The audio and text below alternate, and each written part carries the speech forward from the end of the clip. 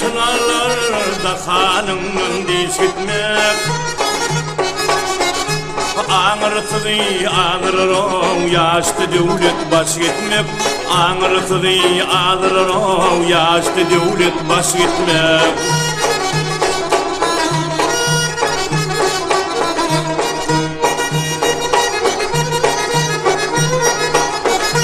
Bittin dostum yitirir, koştul rahmet getirir Eretini yitirir o kırkına gıp yaş etmek Eretini yitirir o kırkına gıp yaş etmek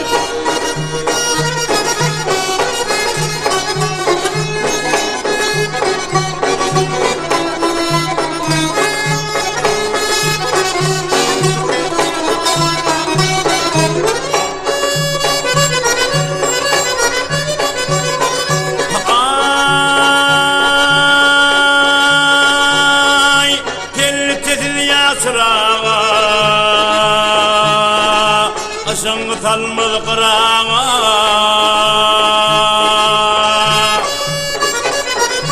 İğrini salar ayağa Ayak kalıp baş gitmek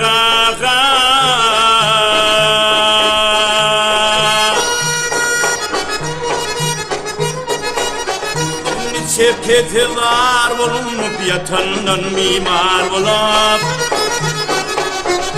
Koştur yağsa yar bulup bir yamandan daş gitmek Koştur yağsa yar bulup bir yamandan daş gitmek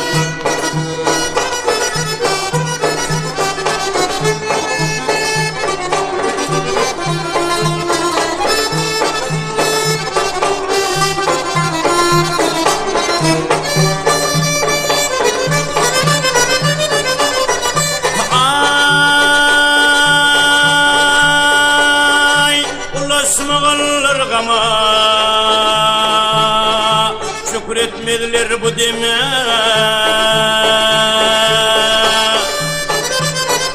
Abraydır adama Yağış gelip hoş gitmek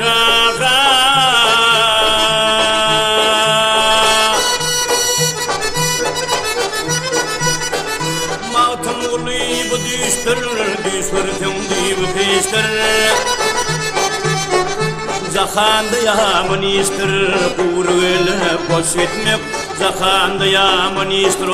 kuruyla boş etmek